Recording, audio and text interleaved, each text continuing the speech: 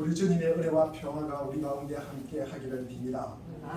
지난주에는 욥기의 말씀으로 사탄이나 욥의 세 친구들은 인과관계의 틀로서 욥에게 회개를 촉구하고 정죄를 하는 내용이었습니다. 그런데 욥은 인과관계가 아니라 믿음의 법으로 인생을 설명하고 있습니다. 우리의 인생도 삶도 이유 없이 잘 되는 경우도 있습니다. 그래서 또 이유 없이 고난 중에 헤매는 경우도 있습니다. 참으로 이해되지 않는 경우가 너무나 많습니다. 그러기에 우리의 삶이 조금 넉넉하다고 하여서 기고만장하여 자랑할 것도 없고 교만한 일은 더더욱 아닙니다. 그렇다고 우리의 삶이 조금 어렵다고 하여서 기가 죽을 것도 아니고 낙심하여 절망 중에 살아가는 것도 더더욱 아닙니다. 우리 인생이 이해되지 않을수록 우리 주님 앞에 나아가는 것입니다.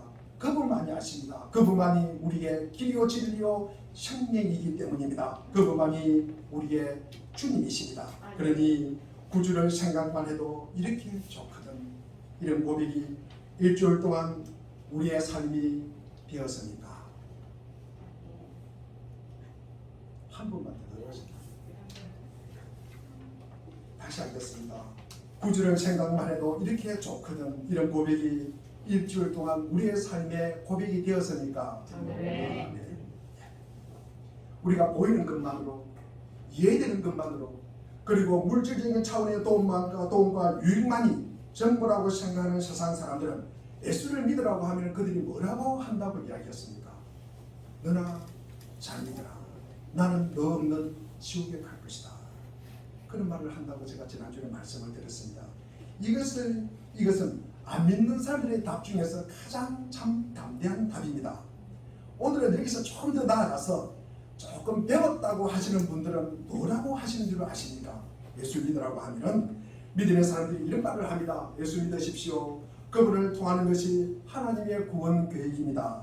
그분을 믿음으로 구원받으십시오. 바로 교회가 하나님의 삶과 영적인 삶은 누구에게나 필요한 것으로 하나님 없이 사는 것은 죽는 것인 것과 마찬가지입니다 라고 권면을 합니다. 그러면 믿지 않는 불신자들은 이렇게 강하게 반발합니다. 당신의 그리스도인들은 어쩌면 그렇게 겸손하게 남의 일에 참견하기를 그렇게 좋아하십니까? 그들 불신자들은 말합니다.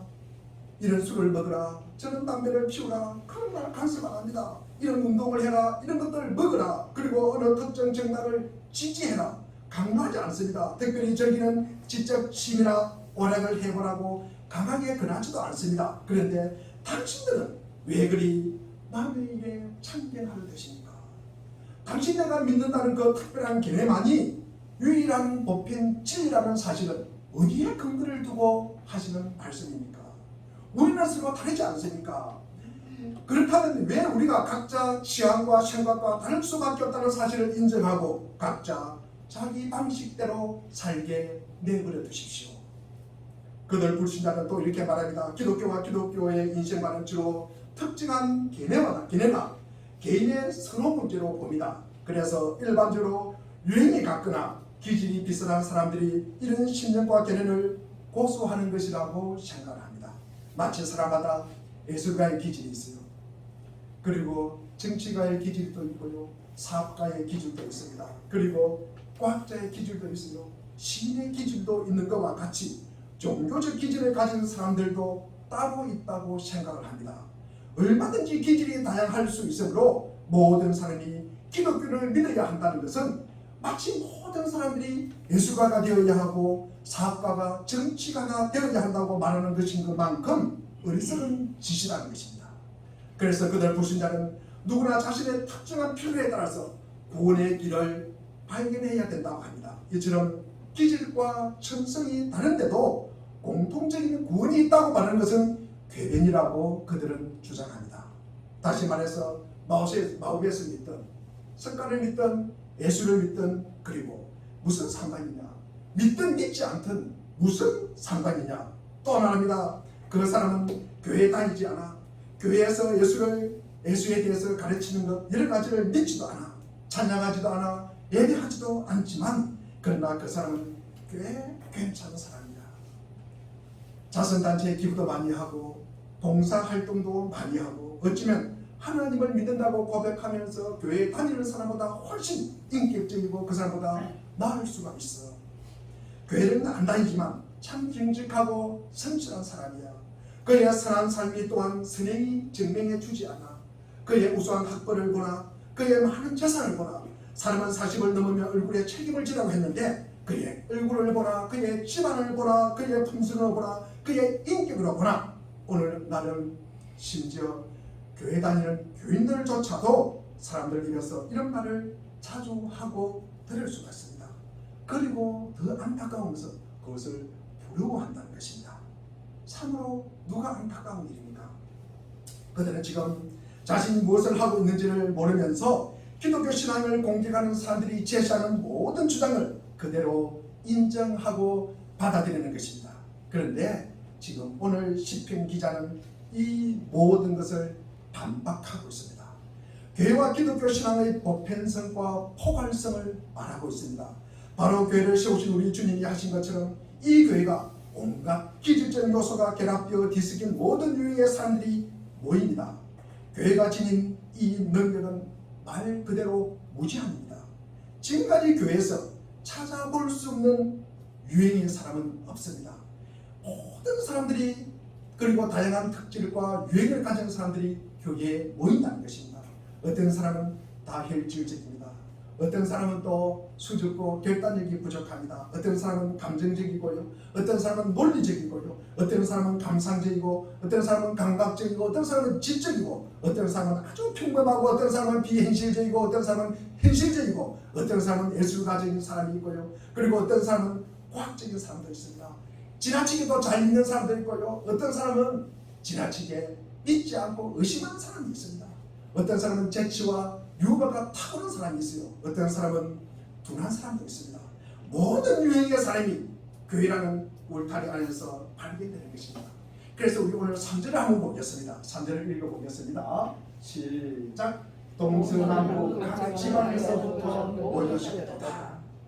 동서남북 사방에서 주님께서 모아들이시는 사람들이 모두 주님께 감사를 드립니다. 이것이 바로 시편 여자 다윗이 부르짖는 내용입니다. 이것이 바로 그의 초대입니다. 동서남북 사람들이 사방 팔방으로 모든 곳에서 옵니다. 나침반 위에 발견되지 않는 곳은 한 군데도 없습니다. 이렇게 온 세계에서 사방 팔방에서 왔을 뿐 아니라 서로 경험도 다 각기 다릅니다. 말하자면 모든 시대를 통틀어서 인종이나 민족적 특성과 관련이 있다는 따위의 주장은 무시됩니다. 시편 우리 107편 1절을 우리가 한번 읽어보겠습니다. 1절을 읽겠습니다. 시작. 여호와께 감사하라. 그는 선하시며 그가 인자하시니 영원하다. 아멘. 우리 8절을 한번 읽어보겠습니다. 8절 읽겠습니다. 시작. 여호와의 인자하심과 인자하심의 기준으로 그를 찬송하라. 우리 오늘 본문의 말씀입니다. 15절 말씀을 읽어보겠습니다. 15절 말씀입니다. 시작. 여호와의 인자하심과 인자하심의 기준으로 말미암아 그를 찬송할지어다. 21절을 보겠습니다. 21절 여호와 시작. 여호와의 인자하심과 인자하심의 기준으로 말미암아 그를 찬송할지어다. 31절을 보겠습니다. 시작. 여호와의 인자하심과 인자하심의 기준으로 말미암아 그를 찬송할지어다. 반복하여 이 말씀을 부르고 있습니다.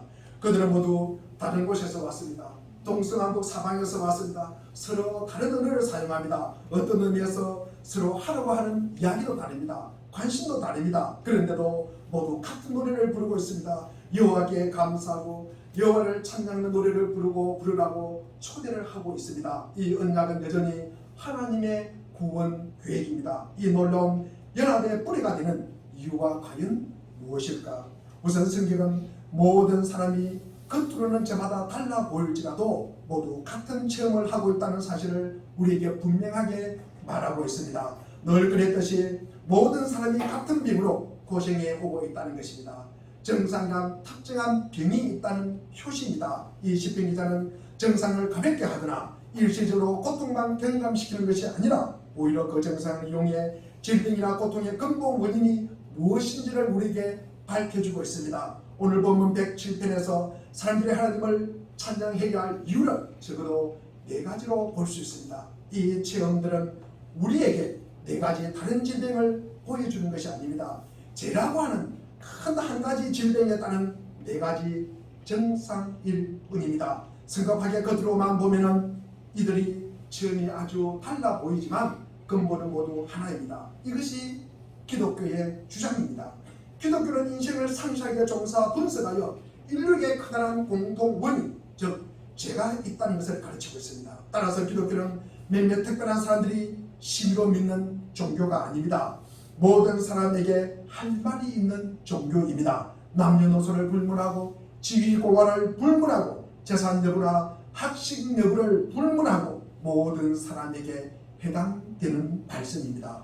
인류를 다양한 그룹이나 유행로 나누어 분리하는 것은 피상적인 인생관입니다. 우리가 근본적으로 서로 다르다고 믿게 만드는 것은 누가 하는 짓입니까? 이것은 사탄 마귀가 하는 짓입니다. 하나님 앞에서 우리는 모두 하나입니다. 같은 존재입니다. 이것이 바로 기독교의 진수입니다. 이제 시편 기자가 설명한 4가지 모습에서 이 진리를 살펴보고자 합니다. 첫 번째로 우리가 4절과 9절에 나와 있습니다. 절망에 빠져 광야 사막길에서 헤매고 있는 나그네를 발견합니다. 우리 4절과 5절 말씀을 우리가 한번 읽어보겠습니다. 4절 5절입니다. 시작. 그들이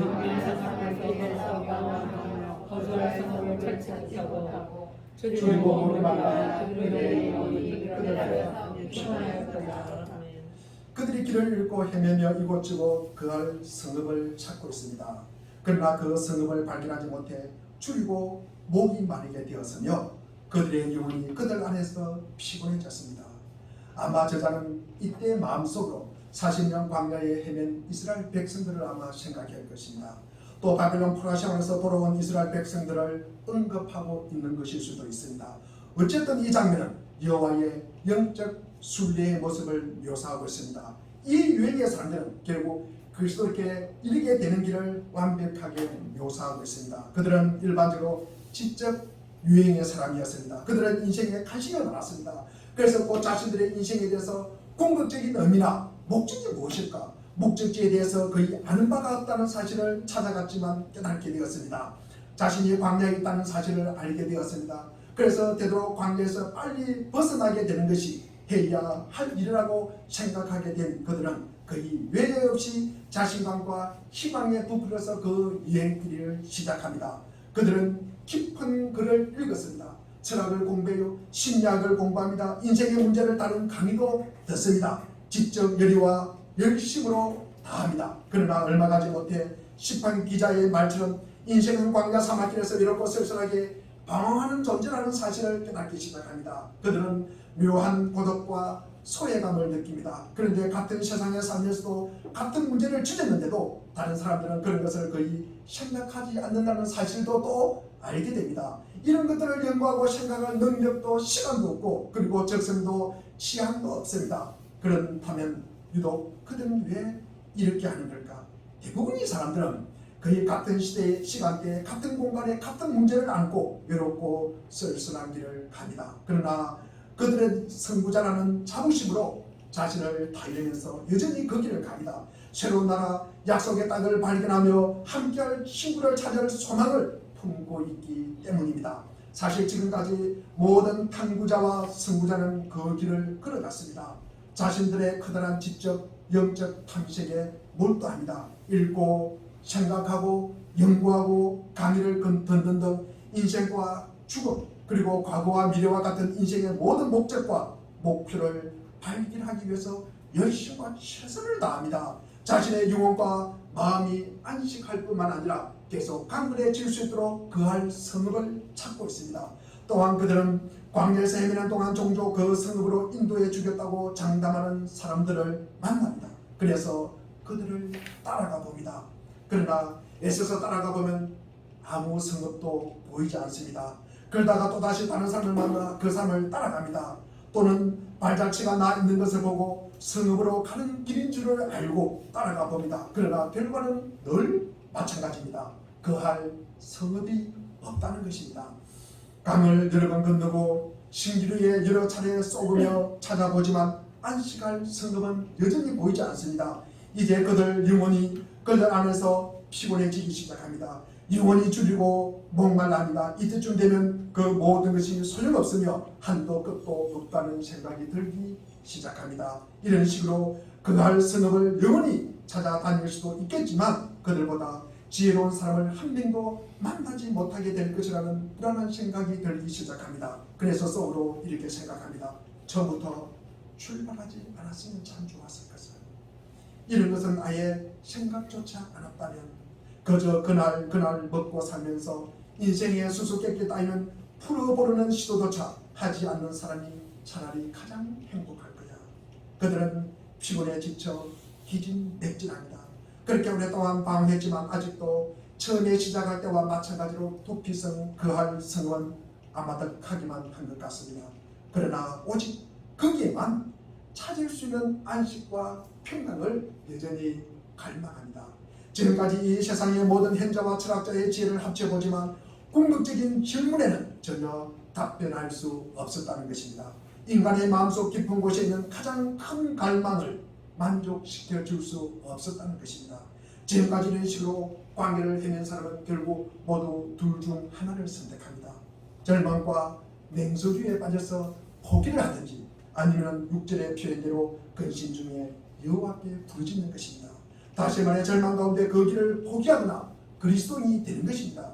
분명한 것은 그들이 아무 도움 없이 혼자 힘으로 그 광야에서 나올 수 있는 길을 발견하지는 못했다는 것입니다. 두 번째로 우리 10절과 16절에 나오는 내용입니다. 흑암과 사망의 그늘에 앉으며 공고와 쇠사슬에 매인 제수들의 모습이 나옵니다. 우리 10절을 한번 읽어보겠습니다. 10절입니다. 시작. 사람이 흑암과 사망의 그늘에 앉으며 공고와 쇠사슬에 매임은 그들은 쇠사슬에 매여 있을 뿐 아니라 창문에 새 빗장이 단단히 걸려 있고 밖은 모두 논문으로 된 감옥에 꼼짝없이 갇혀 있습니다. 사실 인간은 방식만 다를 뿐 모두 이런 감옥에 갇혀 있습니다. 몸은 쇠사슬에 묶여 있고 창문에는 새 빗장이 걸려 있고 밖은 온통 논문으로 막힌 모습입니다. 우리의 악한 생각과 타락한 습관, 나쁜 친구들, 우리를 잔인하게 지배하며 노예로 만드는 것들을 이보다 분명하게 보여주는 그림이 어디 있겠습니까? 이것이 바로 우리의 실상입니다. 나쁜 친구들과 교제를 끊기가 그렇게 쉬운 일입니까? 오랫동안 계속 습관이 되다시피 한 악행을 힘들이지 않고 저절로 쉽게 끊어버릴 수가 있습니다. 저는요, 담배 피우는 사람들 그렇게 쉽게 끊은 적이 없는 것 같습니다. 말은 끊었다고 합니다. 술도 마찬가지입니다. 말은 끊었다고 합니다. 그러나 피우다는 소문과 그리고 그 모습을 보게 되는 것입니다. 그것이 쉬운 게 아닙니다. 무엇보다도 그리고 자신의 마음을 다스리며 그 안에 모든 불순한 생각 그리고 모든 악한 상상 혹독하고 반감에 가득 찬 모든 판단과 시기심을 없애버리는 일이 그렇게 쉽습니다. 마음만 먹으면 없어지던가요? 여러분은 지금 자유롭습니까? 그런 악한 생각과 그런 못된 습관에서 우리는 자유롭게 살아갑니까? 친구나 동료들에게 지배당하고 있지 않는 자유인입니까? 우리가 처한 환경에서 상황에서 자유인으로 우리는 살아갑니까? 분명히 잘못되었다는 걸 압니다. 그런 걸 알면서도 다른 사람의 영향을 전혀 받지 않고 살아갑니까? 어떤 악한 습관이나 악행에도 빠지지 않을 자신이 있습니까?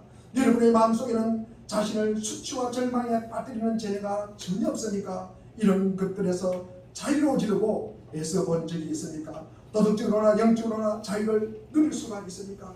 그 모든 쇠빗장과 쇠사슬 노무를 끊어버릴 수가 있습니까? 지금까지 아무 도움 없이 그 일을 해낸 사람이 있습니까? 우리 주 예수 그리스도 안에서 그리스도만이 주실 수 있는 새 능력과 그 생명적 능력이 아닌 다른 것으로 그 일을 해낸 적이 있습니까? 언뜻 보면 두 번째 모습은 첫 번째 모습과 전혀 달라 보입니다. 광야에서 헤매는 나그네를 보고 어느 누가 이처럼 불쌍한 사람의 처지와 같다고 생각하겠습니까? 전자는 자기 마음대로 움직이고 그리고 걷고 있습니다. 그들의 특징은 이동할 수 있고 분명한 자유가 있다고 생각합니다. 그러나 후자는 쇠사슬에 묶여 있습니다. 감시와 철저한 감옥에 갇혀 꼼짝 못하고는 무기력함입니다. 그러나 둘 다 엄밀히 따져보면 똑같습니다. 둘 다 실패자입니다. 둘 다 절망 가운데 있습니다. 하나는 마음이 묶여있고 하나는 몸이 묶여있습니다. 둘 다 묶여있습니다. 물론 전자는 지적인 면에서, 후자는 도덕적이고 그리고 법적인 면에서 둘 다 실패자이며 무기력합니다. 11절에 보면 하나님의 말씀을 거역하며 지존자의 뜻을 멸시함이라 라고 기록하고 있습니다. 우리 세 번째 모습으로 우리 17절과 22절에 나와 있습니다. 인생은 침상에 누워있던 병든 자의 모습입니다. 우리 17절, 18절을 우리 한번 읽어보겠습니다. 17절, 18절입니다. 시작. 유능한 자들은 그들의 죄악의 길을 알고 그들의 악을 범하기 때문에 고난하노라. 그들은 그들의 모든 지식을 시간하게 되어 사망의 문에 이르렀다. 어리석은 자들은 반들길의 길을 걷고 제약을 지르다가 고난을 받아서 방막까지 잃어버리고 이미 죽음의 문턱에 이르렀다는 것입니다. 그는 모든 음식물을 싫어할 뿐만 아니라 실제로 사망의 문에 이를 만큼 심각하게 아파 병상에 누워 있습니다.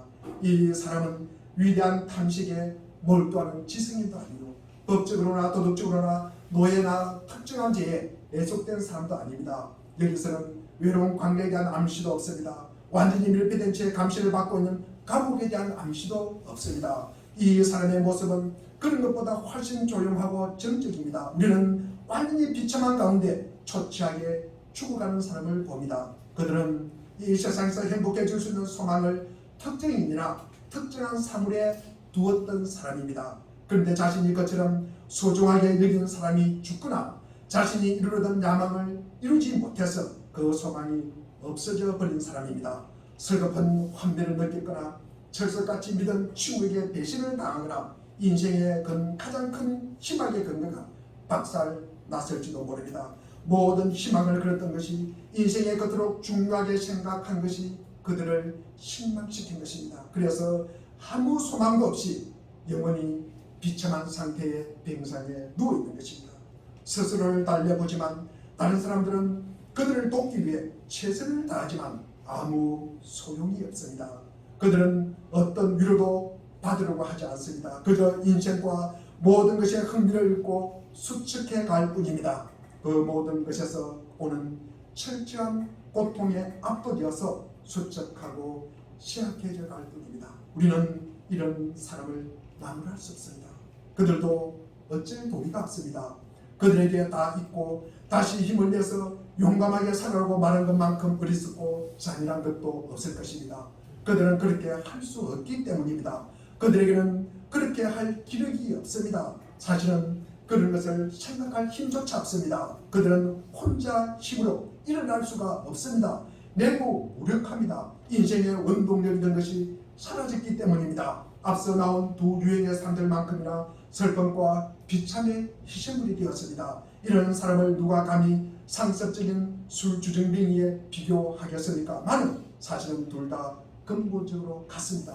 이 사람은 슬픔과 비참의 노예이고 술주정뱅이는 술의 노예라는 사실만 다를 뿐 전자 역시 후자만큼 무력합니다. 아무것도 할 수 없습니다. 전자는 존경받는 교인이고 후자는 방종하고 부도덕한 사람일지 모르지만 둘 다 고통의 본질이 치명적인 무력감이라는 점에서는 똑같습니다. 그 무력감을 오직 그리스도께만 해결해 주실 수가 있습니다. 네 번째 장면은 우리 23절과 31절에 나와 있습니다. 바다에 있는 풍랑을 봅니다. 그 바다 위에는 이리저리 흔들리며 떠다니는 무력한 배 한 척이 있고 그 배 안에는 절망에 빠진 딱한 사람들이 있습니다. 우리 23절과 27절까지 말씀을 우리 같이 읽겠습니다. 시작. 배들을 바다에 띄우는 큰 물에서 일어나는 자는 여호와께서 행하신 일들과 그의 기이한 일들을 깊은 바다에서 보나니 여호와께서 맹렬하시며 광풍이나 바다 물결을 일으키노라. 그들이 하늘로 솟구쳤다가 깊은 곳으로 내려가니 그 위험 때문에 그들의 영혼이 녹는다. 그들이 저들이고 수환자같이 자기를 붙들더니 그들의 몸 지자리가 힘든 속에 빠져들더라. 강풍이 불어 바닷물결은 하늘로 솟구쳤다가 깊은 곳으로 내려가고 배 안에 있는 사람은 그 위험 때문에 영원히 녹아 이리저리 구르면서 치아자같이 비틀거리며 지각이 혼돈에 빠집니다. 우리는 사람들이 제약된 정욕과 열정에 사로잡혀 여기 나온 배처럼 이리저리 구르는 모습을 보았습니다. 참으로 딱한 일입니다. 그들에게는 인생을 지배할 능력이 전혀 없습니다. 그들은 무력합니다. 배를 조종할 모든 장비가 배 밖으로 뛰어 내려갔기 때문입니다. 그러나 주요 결과는 앞에 세 경우가 똑같습니다. 처음에 언뜻 볼 때는 이들이 서로 현저히 달라 보이지만 근본은 모두 같습니다. 그들은 모두 무력하고 실패했습니다. 인생을 직면하고 사망과 영원한 세계에 직면하며 하나님과 하나님이 인간에게 기대할 수 있는 모든 것을 직면해 볼 때 거기에는 어떤 차이도 있을 수가 없습니다. 내 유행이 모두 그랬듯이 우리가 생각해내거나 언급할 수 있는 다른 유행도 마찬가지입니다. 시편 기자는 여러분은 내가 함께 모여서 이 찬양의 노래를 부르도록 부른 이 사람들 서로 다른 이들을 보고 매우 이상하게 생각할 것입니다. 어떻게 이렇게 서로 다른 사람들이 모여서 함께 찬양할 수 있느냐고 물을 것입니다. 그들은 공통적으로 필요한 것이 무엇인지 깨달았습니다. 인생과 사망에 직면하자 자신들이 근본적으로 똑같이 느끼는 것이 무엇입니까? 무력하다는 사실을 아는 것입니다. 그러니 겉으로는 서로 달라 보이지만 우리 6절을 한번 읽어보겠습니다. 우리 오늘 본문 6절을 읽겠습니다. 6절 시작. 이에 그들이 근심 중에 여호와께 부르짖으며 그들의 고통에서 흔드시고 13절을 읽겠습니다. 13절 시작. 이에 그들이 그 환난 중에 여호와께 부르짖으며 그들의 고통에서 구원하시되 19절을 읽겠습니다.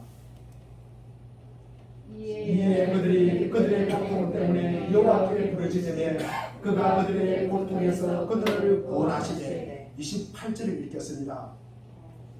28절입니다. 시작. 이에 그들이 그들의 고통 때문에 여호와께 부르짖으며 그가 그들의 고통에서 그들을 인도하여 내시고 그렇습니다. 그들 각자는 그 근심과 환난과 고통 중에 여호와께 부르짖었습니다. 각자 있는 처지가 달랐어요. 상황이 달랐어요. 모습도 달랐습니다. 그러나 그들이 부르는 사람은 누구였습니까? 여호와께 부르짖었습니다. 각자 자기 자신을 한번 생각해 보십시오. 인생과 죽음, 사망에 대해서 하나님과 그리고 영혼의 세계에 대해서 한번 생각해 보십시오. 여러분은 인생을 어떻게 살아야 하는지 아십니까? 자기 인생을 지배하는 주인이십니까? 어떻게 죽어야 할지 아십니까? 자신이 지금 어떤 처지와 공경에 빠져 있는지 깨닫고 있습니까? 지난 수요일에 우리가 계시록을 보면서 말씀을 드렸습니다. 죽고 싶어도 죽지를 못하는 거예요. 우리는 죽으면 끝이라고 생각합니다. 그러나 죽으면 끝이 아닙니다. 죽고 싶어도 죽지 못하는 거예요. 그것이 누가 한다고요? 황충이 하는 거예요. 황충이 뭡니까? 무지개에 나와서 죽지 않고 괴롭히는 것이 황충이 하는 일입니다. 그는 절과과 같은 힘을 가지고 있었다고 말씀을 드렸습니다. 자신이 지금 어떤 처지와 공경에 빠져 있는지를 깨닫고 그 근심과 환난과 고통 중에 여호와께 부르짖으십시오. 여러분이 어떤 기질을 지녔던 여러분에게 나타나는 현상과 증상이 얼마나 특이하고 별다든 자신이 다른 사람과 얼마나 다르다고 생각하든 아무 상관이 없습니다. 여러분은 흙으로 만들어진 존재일 뿐이라는 사실을 우리는 꼭 기억하셔야 됩니다. 욥기 21장 우리 23절과 26절을 한번 보겠습니다. 우리 지난 주일에 봤던 우리 한번 읽어보겠습니다. 시작. 어떤 사람은 죽도록 기운이 충실하여 안전하여 평안하고 그 그릇에는 젖이 가득하며 그의 골수는 윤택하고 어떤 사람은 마음의 고통을 품고 죽음으로 행복을 맛보지 못합니다. 이 둘이 내 한 가지로 극속에 있고 그들에게 분노가 덮이는 것입니다. 여러분은 흙으로 만들어진 존재일 뿐이라는 사실을 기억하시기를 바랍니다. 죄라고 부르짖는 끔찍한 질병, 원인과 동일하게 걸려있는 그 질병에 걸려 고생하고 있는 존재일 뿐이라는 사실을 기억하십시오. 얕은 자신이 병들다는 사실을 깨달은 사람만이 의사를 찾아가 상의를 합니다. 치유와 그리고 회복의 방법을 고민합니다. 물론 자신의 필요를 깨달았다고 해서 반드시 노래하는 것은 아닙니다. 근심 중에 여호와께 부르짖는 것은 정확히 말해서 찬양의 노래나 찬양의 송가라고 할 수는 없습니다. 그렇다면 우리의 주님만 생각해도 이렇게 좋거든. 무엇 때문에 그렇게 감사하며 행복에 겨워 노래하며 찬양하게 되는 것일까? 우선 여호와의 인자하심 때문입니다. 우리는 이 딱한 사람들이 모두 절망적인 곤란 가운데 여호와께 부르짖었습니다. 기독교와 예수 그리스도에 대해서 들었고 또 하나님의 사랑에 대해서도 들었으나 완전 무시하고 자신과 다른 사람의 계획만 믿었습니다. 그러다가 그 모든 것이 실패하자 여호와께 돌아선 것입니다. 물론 저도 마찬가지입니다. 마침내 그들은 자신의 어리석음을 깨달았습니다. 자신이 하나님을 얼마나 모욕했는지 깨달았습니다. 자신이 완전히 하나님의 손 안에 있다는 사실을 의식하고 오직 하나님의 처분에 달려있다는 사실을 깨달았습니다. 하나님이 자기를 거부하고 내던지신다 해도 전혀 하나님을 탓할 수 없다는 사실을 깨달았습니다. 자신들의 오만함과 독립심 그리고 어리석은 교만과 제약성은 그런 대접을 받아 마땅하다는 사실을 보게 된 것입니다. 그보다 더 나은 대접을 받을 자격이 전혀 없다는 사실을 깨닫게 된 것입니다. 유한한 시간의 피조물이며 하잘것없는 자신들이 영원하고 전능하신 하나님을 무시하고 거부하다니 한 방울의 수증기나 하늘에 떠가는 구름 한 조각에 지나지 않는 인생들이 만물의 창조주이자 종을 주신 하나님께 등을 돌리다니 하나님의 손에 의해 먼지와 흙으로 빚어진 그들이 감히 자신들을 만들어주신 분을 무시하다니 진흙 한 덩이가 토기장에게 반항을 시도한 것입니다. 그러나 박살나고 박살나고 나는 것 말고 무엇을 우리가 기대하겠습니까? 행벌을 받아 지옥에 떨어지는 것 말고 무엇을 더 받을 수가 있겠습니까? 영원부터 영원까지 존재하신 영원한 하나님, 만물의 첫 번째 원인이시며 아무 원인 없이 스스로 계신 원인이신 하나님께 돌아설 때 우리는 무한한 감격과 흥분을 갖게 됩니다. 기쁨으로 찬양을 하게 되는 것입니다. 우리는 우리가 할 수 있는 모든 것을 다해 본 후에 최후 수단으로 하나님께 돌아섰습니다. 우리는 우리가 자포자기 속에서 그런 두려움을 무릅쓰고 모험을 감행했습니다. 하나님께 부르짖습니다. 우리 자신을 하나님의 자비 아래 내던졌습니다. 제 사함과 용서를 간청하며 힘을 달라고 간구합니다. 그런데도 신기하게도 하나님이 우리의 소리를 들으십니다. 우리가 부르짖는 소리를 경청하시되 몸을 굽혀 귀를 기울여 듣습니다.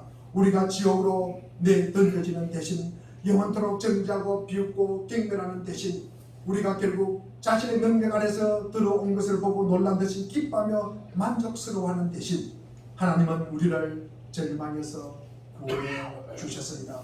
세상에 이런 은혜가 또 어디 있겠습니까? 그것은 우리가 아직 죄되었을 때 그리스도께서 우리를 위하여 죽으심으로 로마서 5장 8절에 우리에게 확증하신 놀라운 은혜와 사랑입니다. 여러분의 눈에 무엇이 보입니까? 시편 기자는 7편에 이렇게 노래합니다. 그가 바른 길로 인도하사 그 주할 성읍에 이르게 하셨도다 라고 말씀하고 있습니다. 그리고 우리로 하여금 영원토록 노래하게 만드는 것은 하나님이 우리에게 묻지 않으시고 값없이 주시는 그분의 사랑으로 나아갈 수 있는 바른 길을 예비해 주셨기 때문입니다. 우리가 아직 죄인되고 그분의 원수 되었을 때 그 길을 예비해 주셨습니다. 하나님은 이 모든 것에도 불구하고 우리 자신과 우리가 범한 모든 죄에도 불구하고 우리를 구원해 주셨습니다.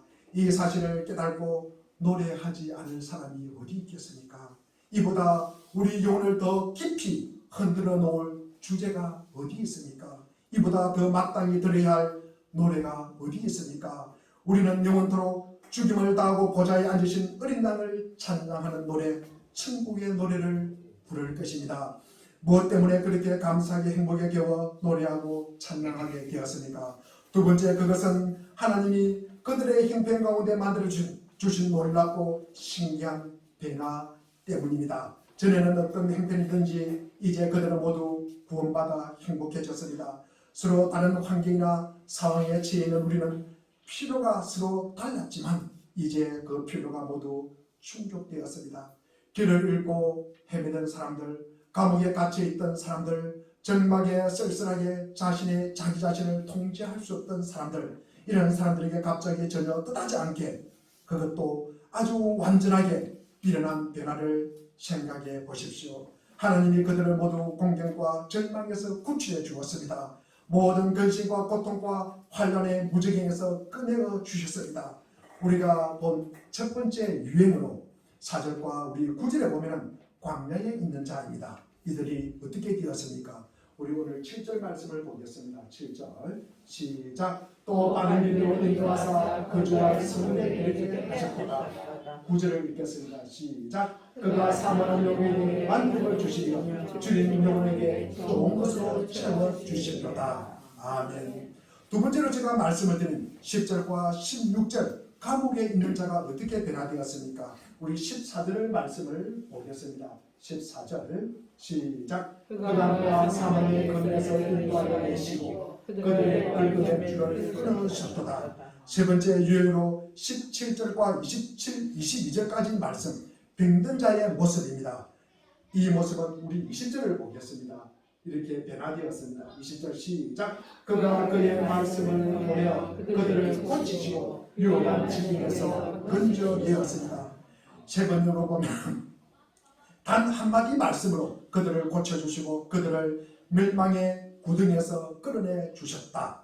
우리가 마지막 네 번째 유행으로 23절과 31절에 기록된 것은 폭풍 가운데 배 안에 있는 자입니다. 이들은 어떻게 되었습니까? 29절과 우리 30절을 보겠습니다. 29절입니다. 시작. 강금을 고요하게 하사 물결도 잔잔하게 하시는도다.